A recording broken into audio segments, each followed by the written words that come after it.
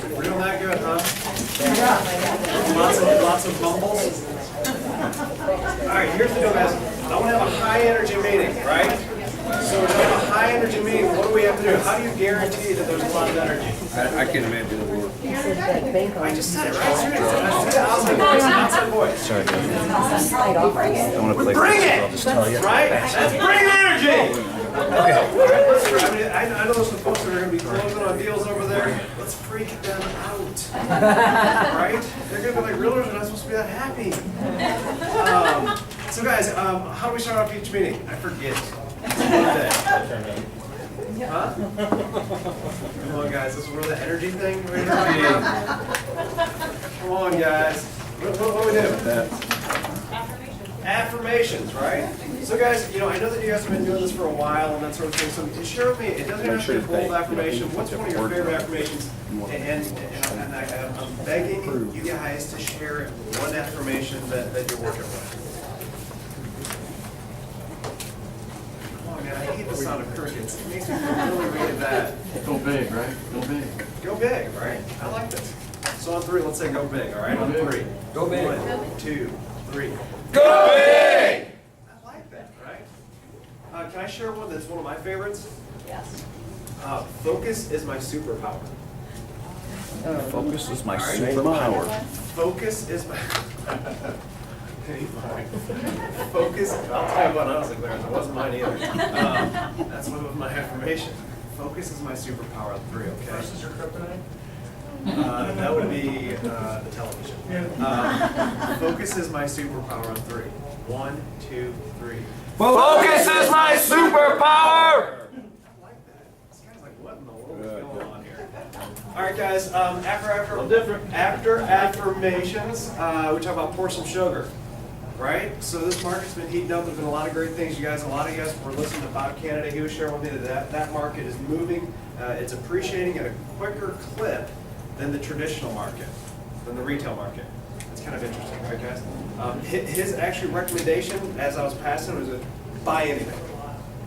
Honestly, I was going to like buy it, get your hands on it, because it will be worth more. I think that's kind of cool stuff. Wow. So, tell me, what's going on in your business? What's working for you guys?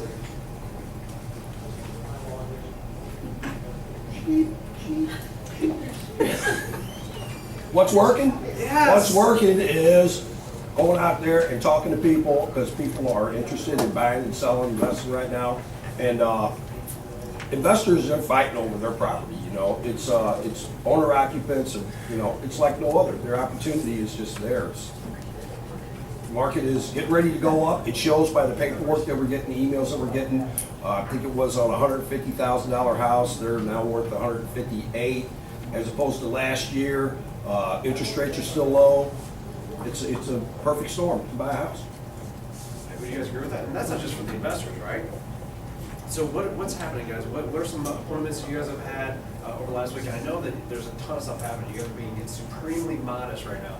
We had a record-breaking month in April, and we're continuing that pace in May here. So what's going on? Give me some good conversations you've had, contracts you wrote, open houses. What's happening? Take the modesty aside. By the way, just so you guys know, modesty is the most overrated value characteristic. Just so you know.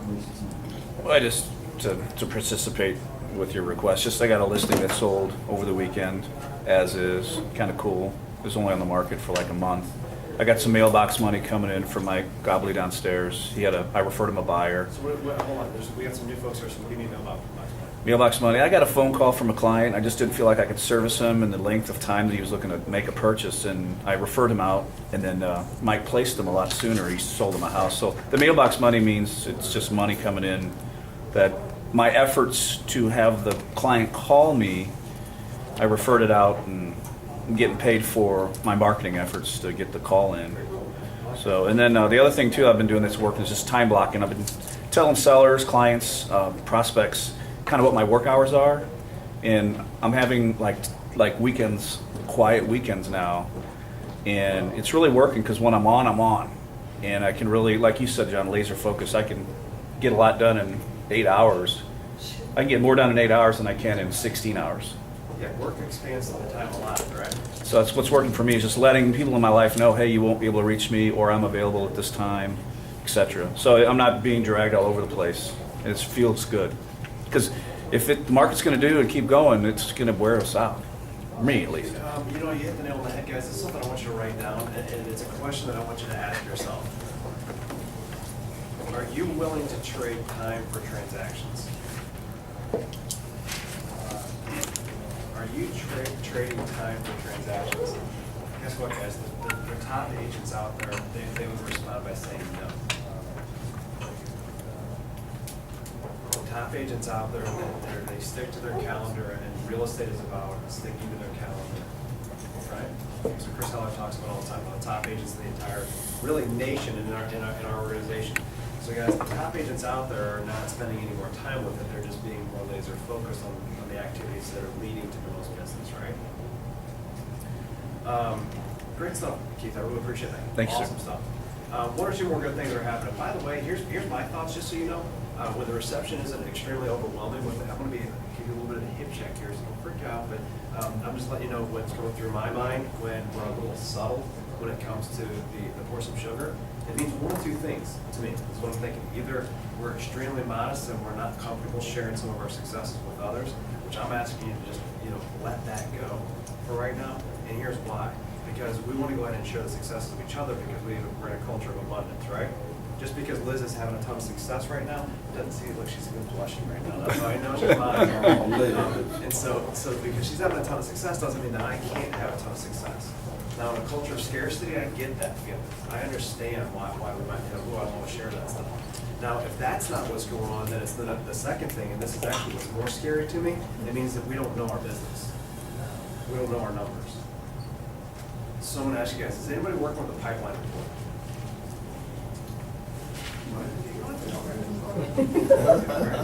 Right? All right, so how's that, what is the pipeline report for some of us that aren't aware of it? Don't look right at you, brother. Well, the pipeline report is actually just a list of folks you're working with right now, and you can choose the top 10. Actually, it could be more than 10, but there are top 10 people, no matter what you say, that are really wanting to do something now, and where they're at, where they're going to go. And when you put that on paper and keep that in front of you every day, you realize you got to be discussing where they're at and where they want to be now, every day. Great. And that'll get them there faster, and motivation stays there with them. And I'll tell you what, the buyers out there are just going crazy. And the ones that have been fence setters are saying, I'm looking at this property, and they're disappearing. They're disappearing. Yeah, we just I told you earlier, I got 3 clients at different price ranges that it cannot get fast enough. Right. But that pipeline report, what's ended up happening is it's got that conversation, that internal conversation on a daily basis. Right. What do I need to do with these individuals to advance the relationship, to make the decision that's right for them? Absolutely. Which is to buy today. Right. Right, we just heard from Bob, buy anything, right? Yeah, so buy today would probably be the best thing for them, right? Right. Great. Right. Any other thoughts, questions, concerns, excitements about that pipeline report? What else is working with the pipeline report? Go for it, man. Hey, man. Take Well, it. I'm using it to see where I'm at as far as my goals are. And I realize that I'm slightly behind goal, but I'll always be slightly behind goal. But I think that it tells me where I'm at right now and where I'm going to be 3 months from now, 4 months from now. And it helps me to send our team in the right direction. The other thing I hear you say there is it makes your business a little bit more predictable. Yeah. Right. Can I ask you guys, when your business is more predictable, where's your stress level? Much lower, right?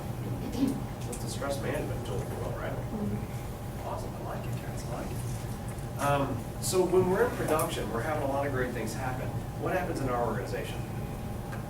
So all of the things that you guys have been doing have been leading to literally a banner month. Last year, pretty much in every measurable category for our organization, we had the best month ever. So when we have the best month ever in production, what does that lead to? Increased visibility. Increased visibility. In your world, when you have a banner month, what happens to your bank account? Profitability, right? So, we're in business to make profit. I am not ashamed to say that. Is that all right with you guys? All right. Now, here's the cool thing, is that money's only good for the good it can do. So that profit now can help me with some of the philanthropic initiatives and interests that I have in my life, right? what do I need to have first so I can go ahead and help those organizations? Profitability. Yeah, right.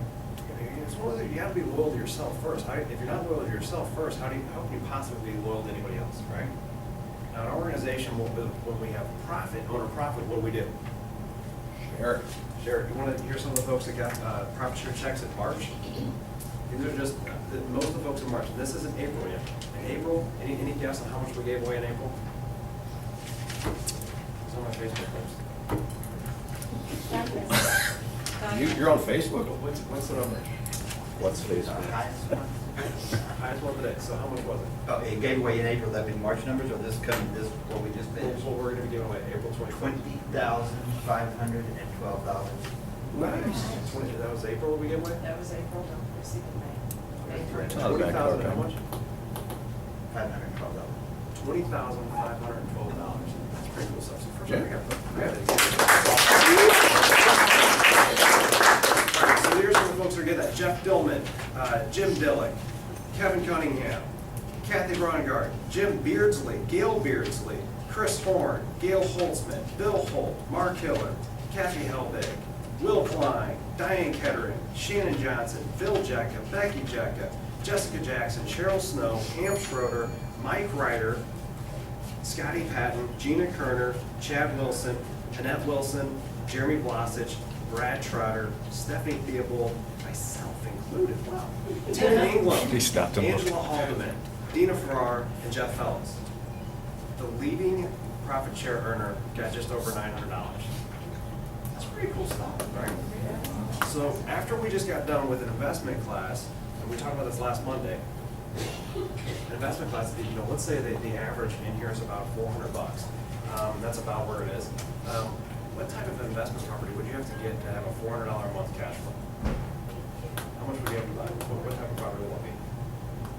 Profitable one. Profitable one, first of all, right? How much would that investment cost you? At least 20%. So that one was 74,000 was cash flow, it was about $500. $74,000 property was cash flow about $500. So let's say around $60,000 then.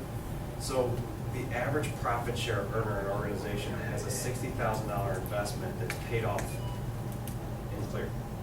How long would it take you to pay off a $60,000 property? Is this kind of making sense a little bit, guys? That's pretty cool stuff. So guys, that's awesome stuff. You'll start seeing these checks in your mailbox here shortly. You guys want to talk about some of those fun numbers in April? Yeah. So, just so you know, this is literally hot off the press. Jackie, what did this get done? 30 minutes ago. Yeah, no, I'm missing a few papers. 25 minutes ago. Yeah, so literally 5 minutes ago. So if there's any grammatical errors or anything like that, I apologize, that's my fault. But I thought I'd get you this information here and get your first draft. Guys, look at these numbers here. What are some things that are popping up? And so obviously I haven't had a chance to pour over these in any great detail here, so we're kind of working through this together. So what are some numbers that pop out to you? Closed units. Closed units, how cool is that, right?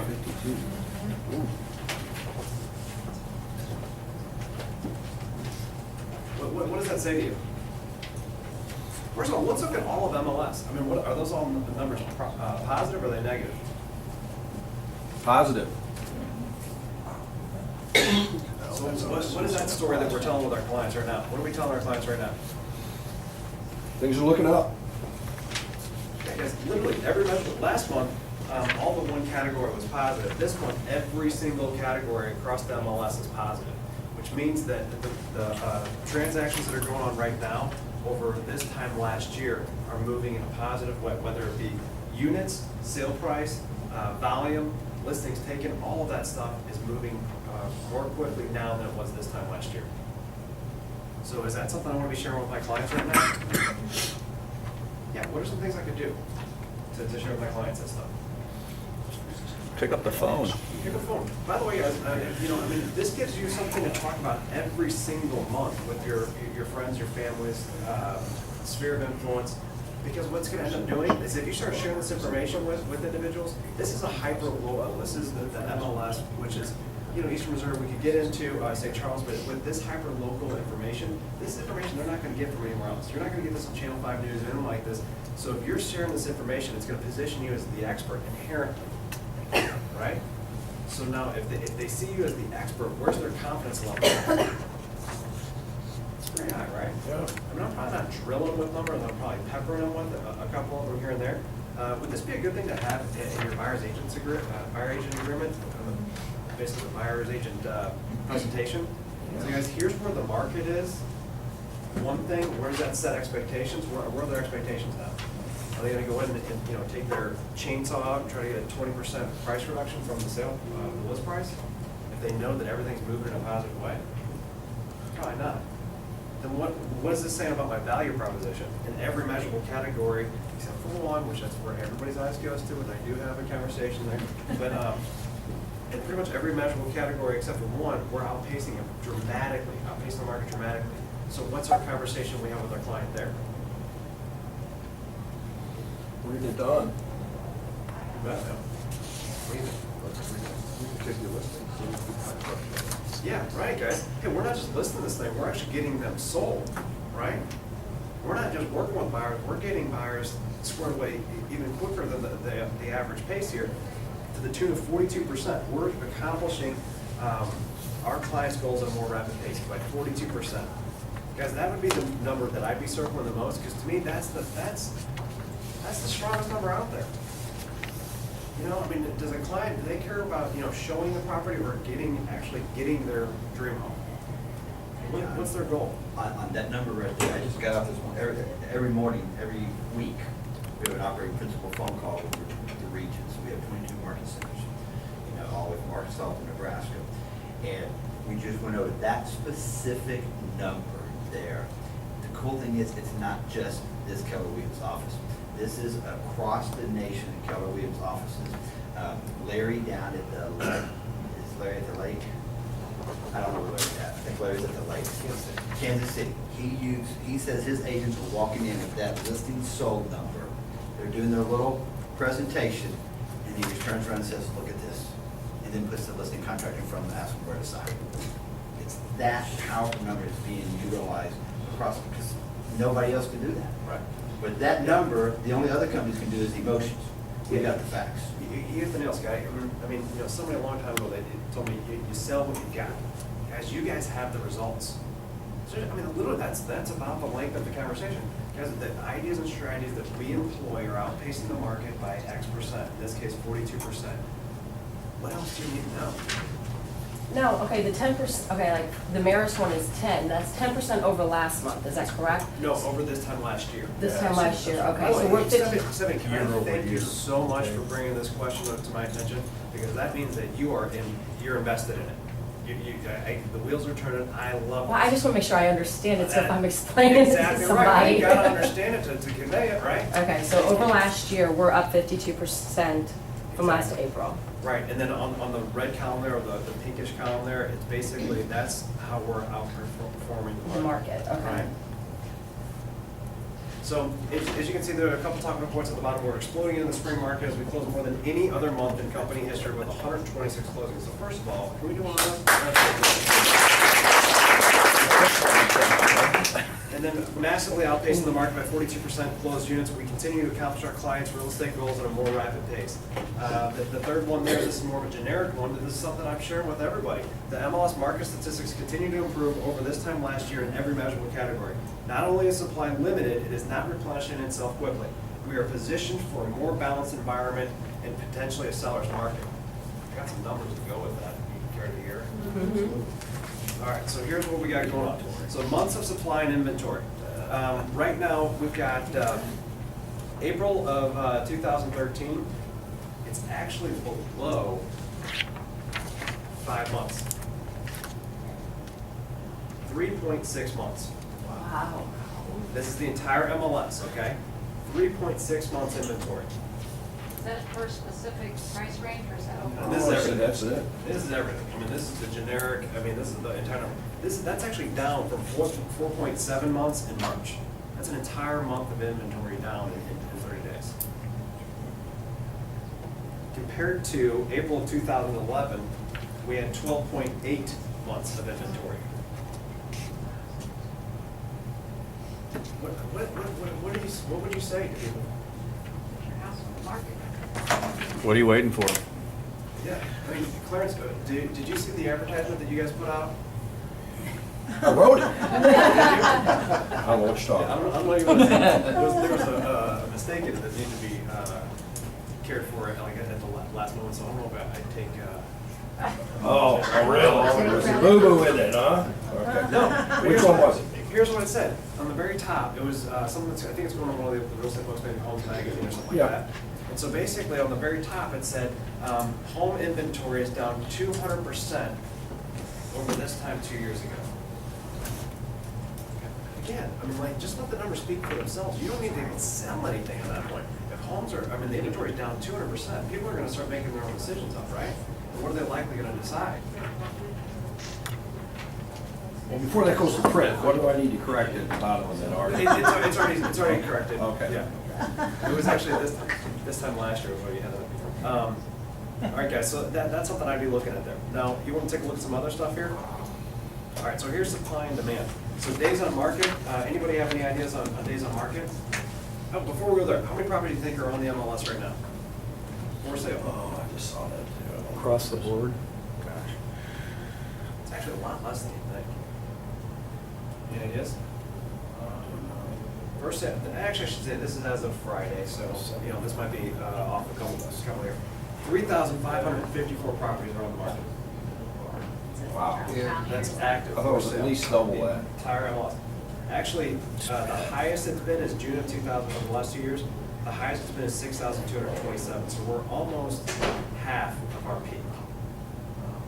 What year was that? 2007, you said? That was 2011, June 2011. Over the last 2 years is the numbers that I can get. Our average days on market, this is for the entire MLS, the 90 days on market. That's actually down from our peak of 130 in January of 2012. Hey, John, can you do the highest inventory? 6,227, that was June of 2011. And that was what, what'd you say? 3,200? 35, 3,554. By the way, how do you think that's, working with expired listings? 268 expired listings over the last 30 days compared to September, August, and July of 2012 that all had over 500 properties expire in those months. Wow. Let's know how I got there about prospecting expired properties. Time to maybe shift a little bit. I'd be calling the people that expired September, August, and July of 2012. Wink, wink, nudge, nudge. Right? I mean, those, and the market has shifted dramatically since they've been on the market. They might not even need a price reduction, guys. They might be well positioned in this market, right? All right, so now we've got all of these transactions and units that are selling. Now, what might come up with, if you're sitting down with a seller and say, man, the market is in fuego, we're down to 3.6 months in inventory, what might your seller do? Could they possibly get overconfident and want to price it too high? You pretty well think the price is going up, but I'm ready now, but here's my price is still over what? Right. The So market. at the end of the day, what they need to know is that, yes, we're seeing this increase in transactions at the expense of sale price. So here's the deal. I'm going to give you a number here, and it's going to sound contrary to what I just said there, but we got to think of the big picture here. So in those conversations, we're going to have to chunk up, if you will, all right? So basically, the median sale price from this time in April 2011, it's actually up 15.1%. That's up from 2011, right? Remember how I told you that it's going to be a little contrary to what I just told you? We're having units sell and because the sale prices are still lower, right? Where did I start you at? Did I start you at 2011 or did I start you in the supernova market in 2006? Yeah, right. So it's from 2011, we're up. 2006, 2007. I don't have those numbers on me right now. I'll get those for you. But the general statistics tell me that we took a decrease of about 30% Yep. in sale price from the supernova market to the very trough of the market, right? So that means that we've recovered, on average, about half there. So you're going to have to walk your sellers through that conversation. yes, sale prices are moving in the right direction, but we are not in '06 and '07. Questions, comments, concerns? You know, whenever this is kind of a little bit funky, I want to make sure you guys are catching it. Does that make sense? Lots of numbers here, I know, I'll get past them. Love the numbers. All right. So we really need to make sure that we're showing that salary where we're at in 2001.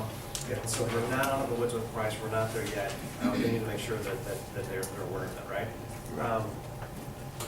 Guys, were those numbers okay? Did you like kind of getting some of that stuff? Yeah? Empowered maybe to have those conversations with some of those clients that are out there? Thank you for providing them. Yeah, you bet, man. I mean, I'm excited about it, I'm not one of those guys that loves kind of crunching numbers all day long, but man, these are some pretty powerful numbers. They're gonna impact your business in a massive way. I wanna make sure that you guys have it in your hands, right? So here's what I'd like to do. Win-win or no deal, right? So a win for you guys, you got the numbers. What a win for me would be, is that if you share with me some of your successes with these numbers. So please share with me what conversations you're having with your buyers or sellers, how they're receiving them, different marketing mediums that you might be employing with them too. I'm begging to celebrate with you. John, did you hit the listing taken volume? You said you had something about that, I might have missed it. He said he had a conversation around that minus 15 figure. Yeah. I'm looking at listings taken, we're up, so is it just saying we're taking yeah, I'm smaller? sorry. Exactly. Okay. You hit the nail on that. So basically, I was kind of looking at that a little bit more, and I was looking at our sale prices and kind of dove in. And actually, this is consistent with last month as well. So our units are actually up, and for two reasons. Actually, units are up, and the volume isn't keeping pace with that. Two reasons. One, we're starting to see more of an investment flavor, which you've actually got some of that inventory. So that's at a lower sale price. And then we're also having those first-time homebuyers, the $150,000 to $200,000 properties. We're starting to see those come out to market at a much greater clip than we were last year, because those folks are getting displaced by the first-time homebuyers and now are moving into that $250,000 to $300,000 price range. Does that make sense, guys? Now, I'm honored to have an individual share with me how they're implementing some of this stuff to have a ton of success in their business, and share with us what kind of activities are going on. So everybody, let's celebrate a little bit. Come on off. Let's back it.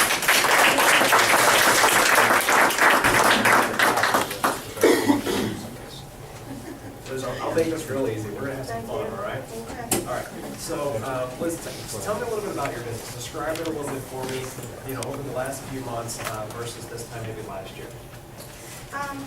The big change is my mindset. Last year, I was in the game, but I was doing what I thought I was supposed to be doing, but I wasn't consistent with it. I would say this year, with the help of different people in the office, help of getting systems up and going, my mindset's just changed. It's unbelievable the difference it's made.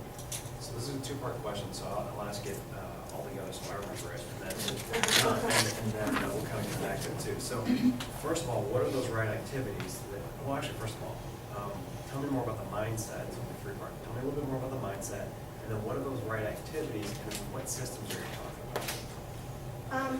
Mindset is, I wake up every morning and everybody keeps saying affirmations, affirmations. I say affirmations every morning. They might be different ones. I also, read a few words of the Bible every morning. I didn't used to do that. I also try to exercise. If I don't exercise in the morning, I make sure I do it at night. So if for some reason I'm running late, I make sure to do it at night. Those are the three changes that I have been really consistent with. Mindset things that's helped. And then, yeah. So guys, I just want to tell you, success leaves clues and so does failure. That those three items are three items that I see on every high achiever's to-do list before noon. Every high achiever. I have yet to come across somebody that hasn't said those three things, and then maybe a couple others that are added to it. But that is some pretty cool stuff, and I would definitely be listening to that. I might even write a few notes on that one. Well, yeah, and if I don't read a Bible verse, I do a gratitude type thing every day. because some days I don't feel very grateful, but then when you really start thinking about it, there's a lot to be What's grateful important for. about that? Even when you have a bad day, you know, it could be that my daughter called me and, you know, left a message saying she loved me or something like that. I mean, I might have had the most terrible day, but because of that, it was a great day. So not every day in real estate is a success, and we have a lot of rejection